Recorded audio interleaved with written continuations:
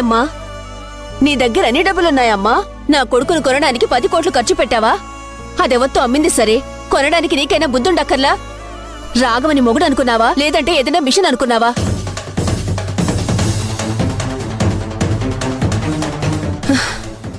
చూడమ్మా, నీ మెళ్ళో తాళి కట్టాడుగా, అప్పుడు వాడు నీకేమవుతాడు? మొగుడేగా. మొగుడికి మళ్ళీ డబ్బులిచ్చి కొనుక్కోవడం ఎక్కడైనా లోకంలో ఉంటుందా? చెప్పేవాళ్ళు లేకపోతే చెడిపోతారంట. ఎవరైనా చెప్తే వినాలి, లేదా సొంతంగా మీరైనా ఆలోచించాలి ఏది మంచి ఏది చెడు అని. అరే, మీరిద్దరూ కలిసి కొంపని భ్రష్టు పట్టిస్తున్నారా అమ్మా?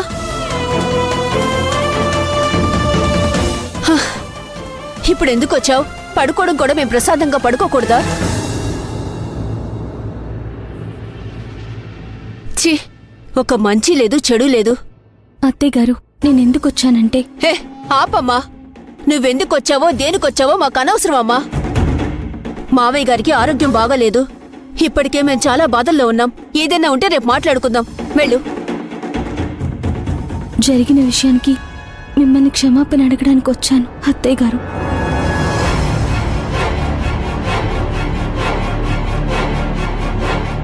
చేసిందంతా చేసి అంతా అయిపోయాక క్షమాపణ చెప్తే మేమేమన్నా సంతోషపడతాం అనుకుంటున్నావా? నీ క్షమాపణ ఎవరికి కావాలమ్మా? వెళ్ళు, బయటికి వెళ్ళు ముందు. అది కాదత్తయ్య గారు, నేను మీకు జరిగిన విషయం చెప్పాలి. నేనెందుకు ఆ పని చేయాల్సి వచ్చిందో అని మీకు తెలియజేయాలి. మాకు తెలియాల్సిన అవసరం లేదు. ఫస్ట్ నువ్వు బయటికి వెళ్ళమ్మా.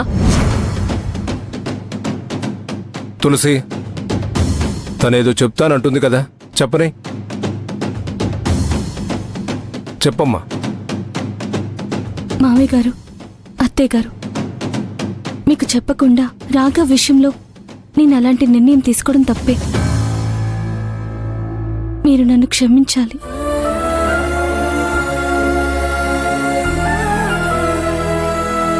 అలేఖ్య మనందరిపై కేసు పెట్టినప్పుడు నేను రాఘవ అలేఖ్యని బ్రతిమలాడినా సరే కేసు వాపస్ తీసుకోమని చెప్పి మాట్లాడదామని వెళ్ళాం.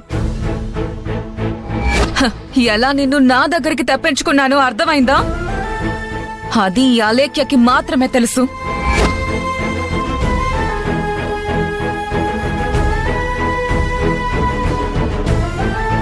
ఈ స్కెచ్ గీసి ప్లాన్ వేసి బరిలోకి దిగితే విజయం నన్ను అంటి పెట్టుకొని ఉంటుంది.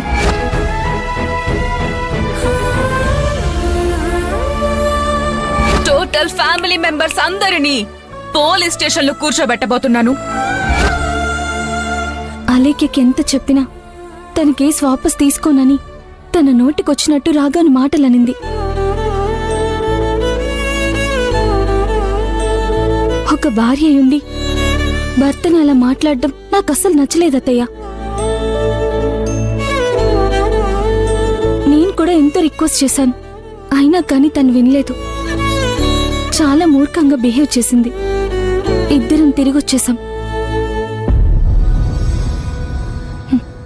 నేను మన కుటుంబం గురించి ఆలోచించాను.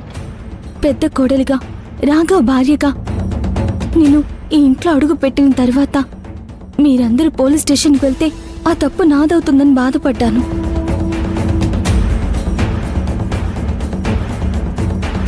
మహాలక్ష్మి వదిన ఒక ఇంటికొచ్చిన కూతురు, శంకరం అన్నయ్య ఈ ఇంటికొచ్చిన అల్లుడు. వాళ్ళని కూడా పోలీస్ స్టేషన్లో పెడతా అన్నప్పుడు నాకేడ్పొచ్చింది అత్తయ్య.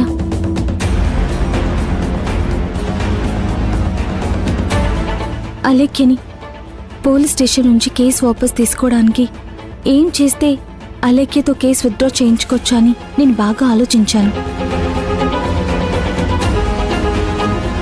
నా ఆరోగ్యం మాత్రం అంతంత మాత్రమే ఉంది. నేనెప్పుడు పోతానో నాకే తెలియని రోజులు గడుస్తున్నాయి. నా కూతుర్ని నన్ను రాఘవ దగ్గరికి తీసుకొని ఎంత ప్రేమగా చూసుకుంటున్నాడో నాకు అర్థమవుతుంది.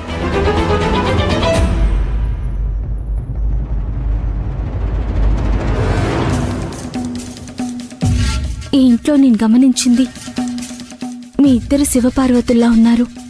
ఆ అలేఖ్య వల్ల, నేను ఇంటికి రావడం వల్ల మీరు మానసికంగా ఎంత కృంగిపోయారో నేను గమనించాను అత్తయ్య.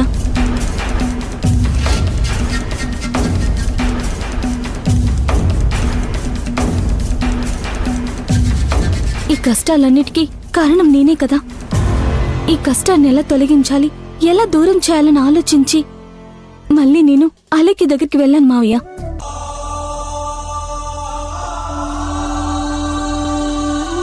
ఏ రకంగా అయినా సరే ఈ విషయాన్ని కోర్టు దాకా, పోలీస్ స్టేషన్ దాకా వెళ్లకుండా ఉండాలి అంటే అలేఖ్య నోరు మూయించాలి.